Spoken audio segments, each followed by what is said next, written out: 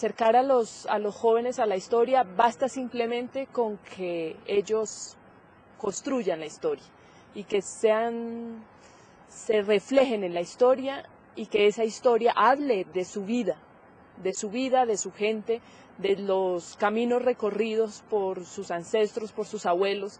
Eso creo que es un gran hueco, digamos, un enorme silencio en la historia que está publicada y sobre todo en la historia que le llega en los libros de historia que les llegan a los niños y a los jóvenes en las escuelas.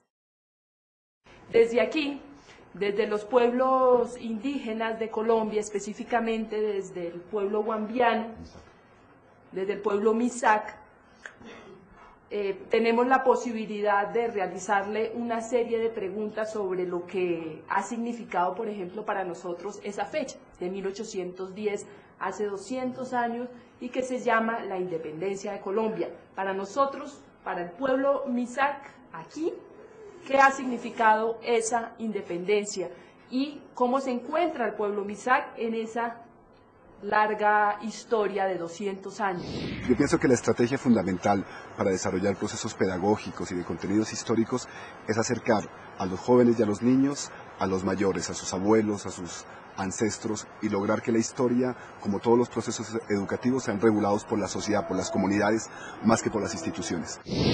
Vamos a empezar con la primera reflexión de la Minga. La intención es que entre todos y todas podamos ir construyendo, y ustedes nos cuenten a nosotros y aprendamos conjuntamente, de cuál es esa noción de la historia y del tiempo. ¿Qué es la historia para el pueblo Misak?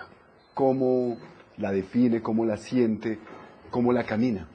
Pues para nosotros pues, la historia viene siendo como, se dice Merraf, que significa pues el pasado, pero a la vez en nuestra concepción eso va como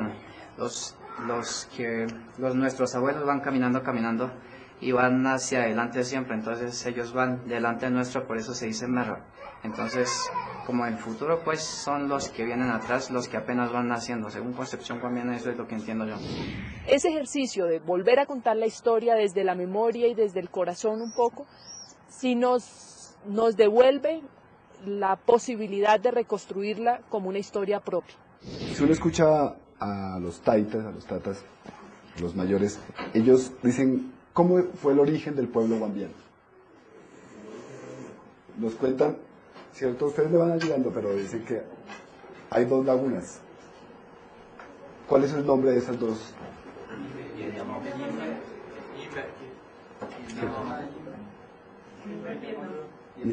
Nimbe y Piendamó, ¿cierto? Y a partir de ese, ¿cómo fue el proceso? Cuéntenos, ¿por qué a los huambianos, a los Misak, son los hijos del agua? ¿Quién nos puede contar?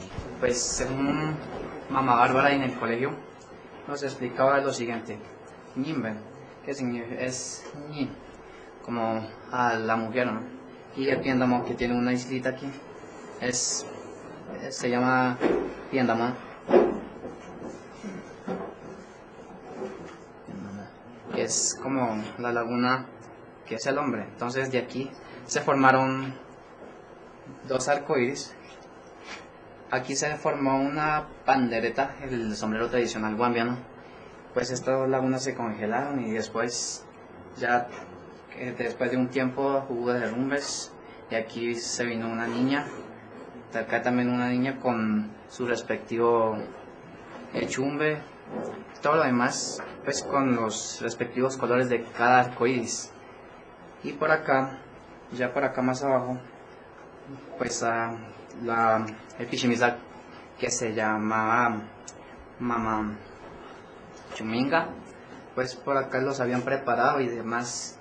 Por acá ya los demás personas que habían venido ya se llaman los Pichau. El hombre se llamaba Mutauta Cacic y la niña se llamaba Mamanela, según la historia nuestra. Y de ahí pues ya pues empezamos a surgir lo que son los huambianos. Pues esa es la pequeña parte que les puedo explicarles un poquito. Gracias. Entonces, este es el origen y el pueblo Misak, digamos, empezó a vivir desde esta relación, ¿cierto? Pasaron los años, los siglos, y por ahí cuando Desde el sur venían los primeros españoles al mando de Belalcázar, etcétera, etcétera.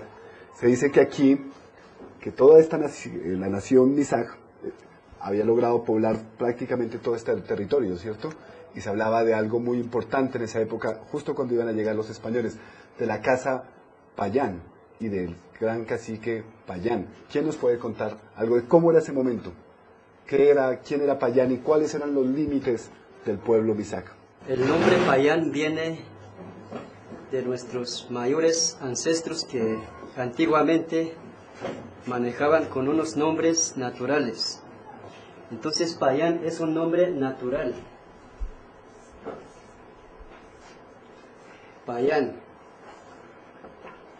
Este nombre viene de un cacique que gobernaba antiguamente basado desde de una política central